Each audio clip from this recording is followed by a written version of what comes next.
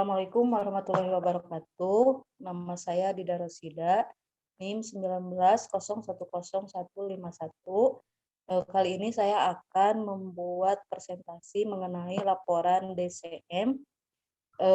Yang sebelumnya saya sudah meng-share melalui Google Form terhadap 150 orang siswa yang terbagi menjadi 4 kelas, yaitu kelas IPS dan kelas IPA kelas 11.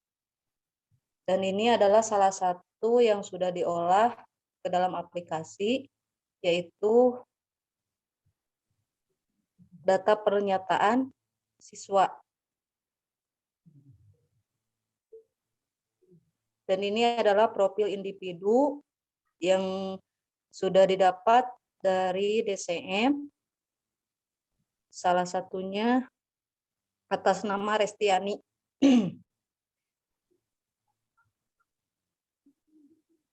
Ini adalah grafik individu dan terdapat permasalahan pribadi dengan angka terbesar yaitu kebiasaan belajar pada 50%.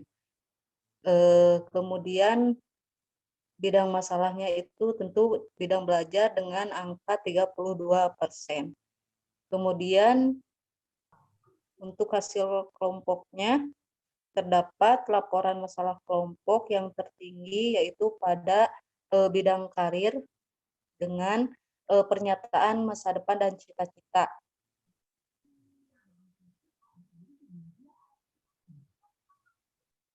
Nah, ini terlihat pada per bidang dalam kelompoknya yaitu tertinggi bidang pribadi dengan angka 80%. Kemudian disusul oleh bidang sosial 79%, bidang belajar 72%, dan karir 34%. Dari hasil analisis tersebut, atau terdapat analisis butir soal dengan tertinggi pada bidang kesehatan, tertinggi yaitu ada 16 orang yang memilih sering merasa ngantuk. Kemudian pada bidang ekonomi tertinggi 29 orang dengan pernyataan saya mengharapkan memperoleh beasiswa. Kemudian pada kehidupan keluarga 11 orang, yaitu selalu bertengkar dengan adik atau kakak. Kemudian yang memilih pada topik agama dan moral, saya merasa berdosa sekali pada angka 19 orang. Kemudian rekreasi dan hobi juga tertinggi yaitu 17 orang dengan keinginan untuk rekreasi. Kemudian pada hubungan pribadi tertinggi ada 29 orang dengan saya ingin mempunyai kawan yang akrab. Lanjut, kehidupan sosial, keaktifan dan berorganisasi tertinggi yaitu 28 orang. 28 orang dengan saya ingin hidup lebih tenang. Kehidupan sosial, keaktifan dan berorganisasi. Ya. Kemudian pada topik muda-mudi atau masalah remaja dicapai oleh tertinggi 17 orang dengan pernyataan saat ini saya dilarang berpacaran oleh orang tua. Yang selanjutnya pada topik penyesuaian terhadap sekolah dengan nilai tertinggi 14 orang, hubungan saya dengan guru kurang akrab. Dan kemudian analisis selanjutnya itu terdapat 20 orang yang memilih pernyataan sering khawatir kalau mendapat giliran mengerjakan soal di papan tulis. Kemudian untuk kebiasaan belajar, ada 18 orang yang memilih saya belajar hanya waktu siang hari.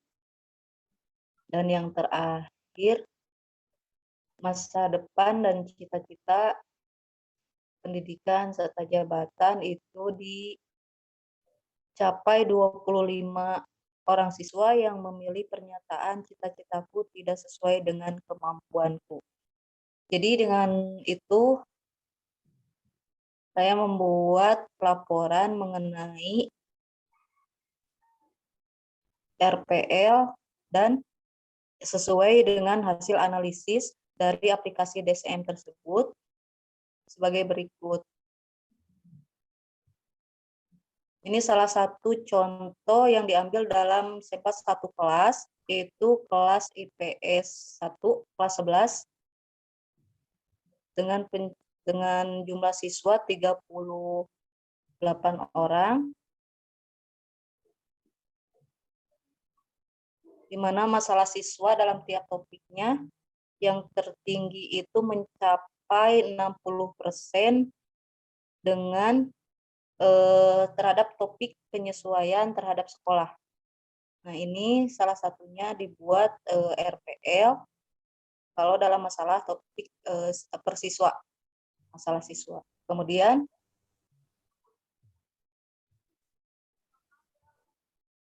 ini adalah salah satu topik yang tertinggi sesuai dengan kelompok, ya, masalah siswa dalam kelompok.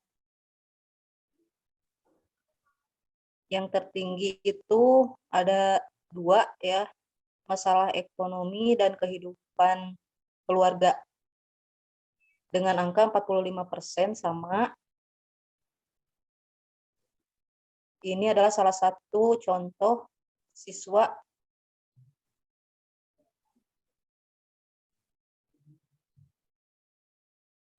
ini adalah grafik dari individu siswa.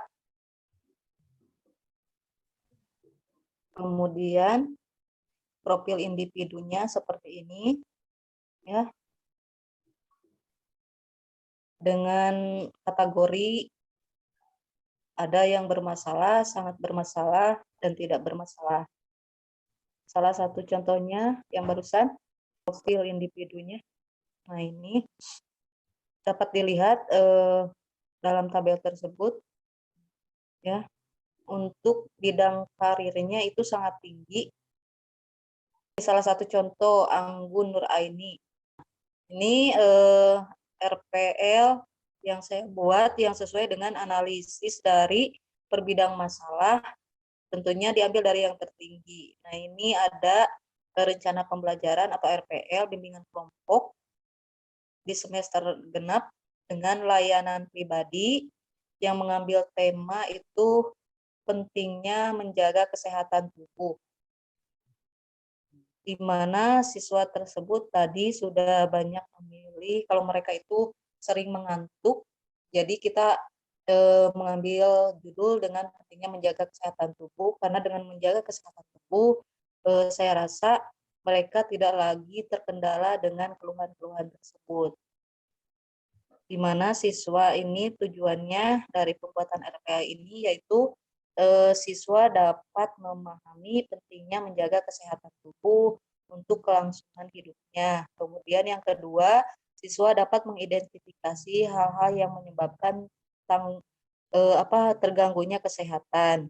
Kemudian yang ketiga yaitu siswa dapat membangun tanggung jawabnya terhadap kesehatan pribadinya dan dapat mengimplikasikannya dalam kehidupan sehari-hari. Adapun metode atau alat media yang digunakan yaitu metode dengan ceramah, curah pendapat, dan diskusi. Kemudian alat yang digunakan juga yaitu materi yang berkaitan dengan materi layanan, ada PowerPoint dan alat tulis. Kemudian langkah-langkah dari RPL ini yaitu yang pertama tahap awal atau pendahuluan, di mana guru BK membuka dengan mengucapkan salam dan mengajak siswa untuk berdoa. Kemudian yang kedua, guru BK membina hubungan baik dengan peserta didik dan sekaligus mengecek kehadiran anggota kelompok yang dilanjutkan dengan menanyakan kabar baik atau ice breaking. Kemudian yang ketiga, guru BK menyampaikan tujuan layanan bimbingan kelompok dan tugas perkembangan yang akan dipahami serta menanyakan kesiapan terhadap peserta didik. Kemudian yang kedua itu ada tahap inti, di mana guru BK juga menayangkan slide PowerPoint yang berhubungan dengan materi tersebut. Kemudian peserta didik diusahakan untuk menyimak sebaik-baiknya dengan mendengarkan penjelasan dari guru BK dan PowerPoint yang ditampilkan. Kemudian guru BK juga memfasilitasi siswa untuk bertanya tentang materi yang disampaikan. Kemudian yang keempat, guru BK membagi kelas menjadi beberapa kelompok, yaitu karena di sini bimbingan kelompok, jadi kita menggunakan dinamika kelompok.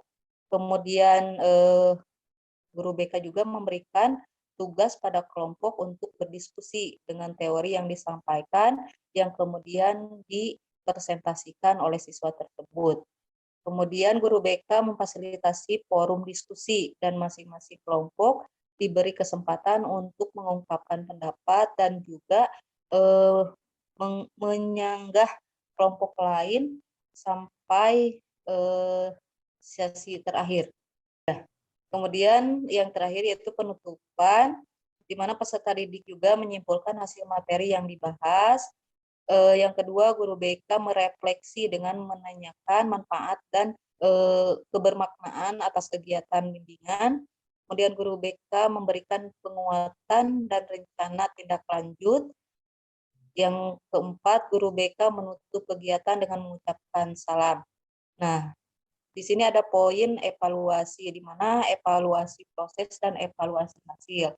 Evaluasi proses, di sini guru BK melakukan evaluasi dengan memperhatikan proses yang terjadi selama kegiatan, yaitu refleksi terkait materi yang ditanyakan kepada siswa, sikap dan antusiasme peserta didik dalam mengikuti kegiatan, kemudian cara peserta didik dalam menyampaikan pendapat atau bertanya, dan keempat, cara peserta didik memberikan penjelasan dan pertanyaan anggota lainnya dalam diskusi.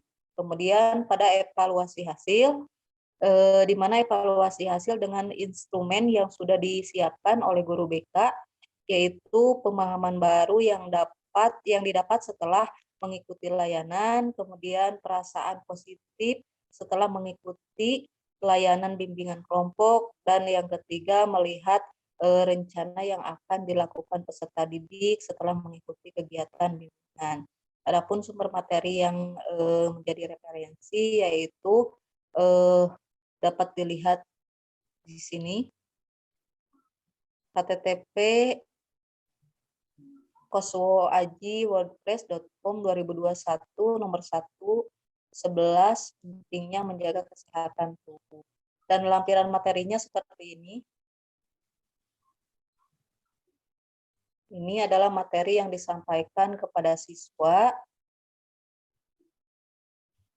bagaimana pentingnya kesehatan, terus bagaimana cara menjaga kesehatan, menjaga pola makan, dan seterusnya.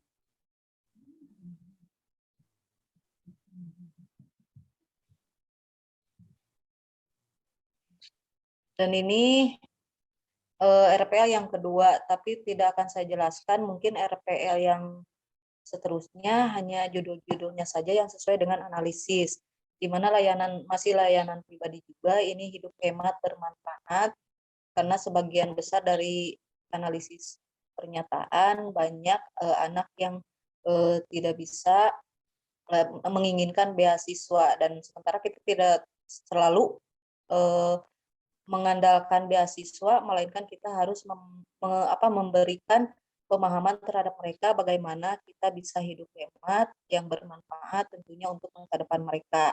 Kemudian RPL selanjutnya,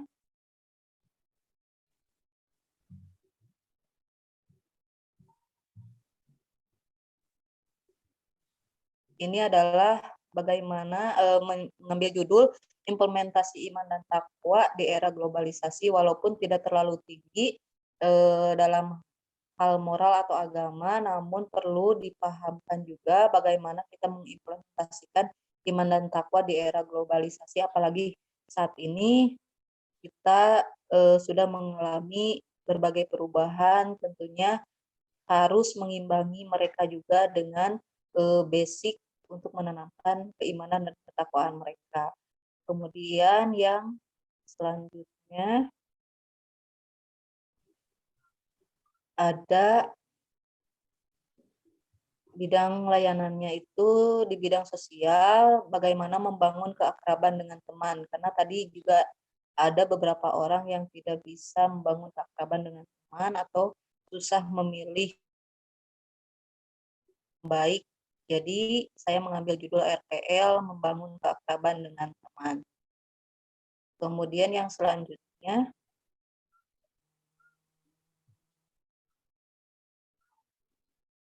masih dalam bidang sosial, yaitu meningkatkan potensi diri dengan mengikuti kegiatan organisasi.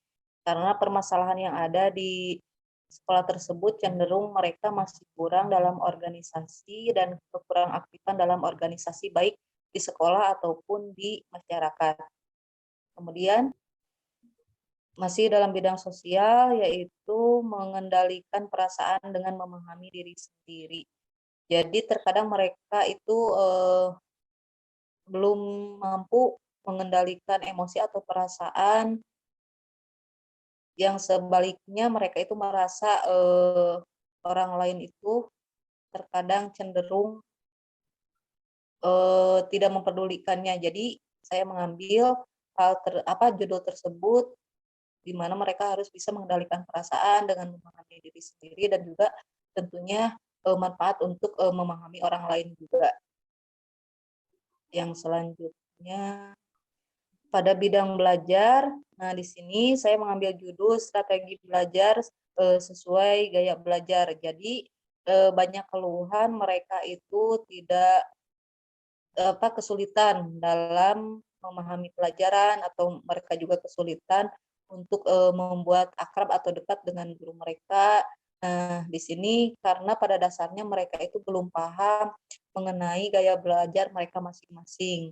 Jadi dengan layanan ini mereka bisa melakukan pembelajaran sesuai gaya mereka di luar sekolah. Seandainya guru memberikan pembelajaran yang sama atau memberikan perlakuan pembelajaran yang sama terhadap mereka sehingga mereka bisa mengaplikasikan di rumah untuk belajar sendiri sesuai dengan gaya belajar mereka.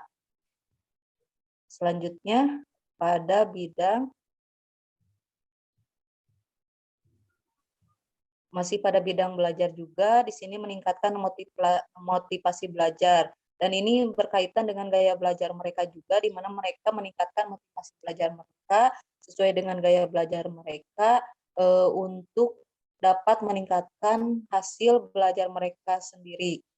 Kemudian yang selanjutnya masih pada bidang belajar, yaitu menjadi siswa yang baik itu mudah. Jadi karena mereka merasa kalau mereka itu kurang dalam pembelajaran atau merasa sulit untuk memahami pembelajaran. Jadi kenapa saya memilih judul RPL ini menjadi siswa yang baik itu mudah, karena setidaknya memberikan stimulus bahwa mereka itu sebenarnya siswa yang baik dan apa yang kita lakukan itu sebenarnya mudah dengan mengaplikasikan apa yang kita bisa.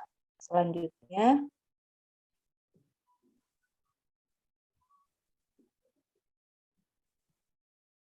dan ini adalah lampiran-lampirannya.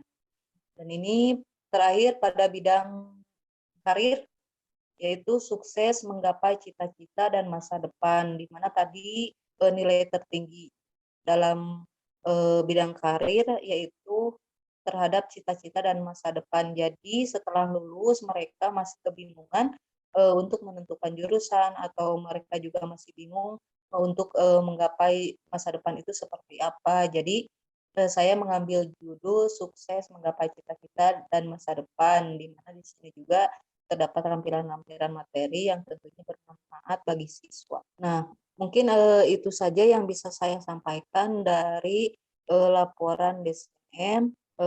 Mohon maaf jika masih banyak kekurangan dalam penyampaian atau dalam kata-kata. Akhirul kalam, saya ucapkan terima kasih. Wassalamualaikum warahmatullahi wabarakatuh.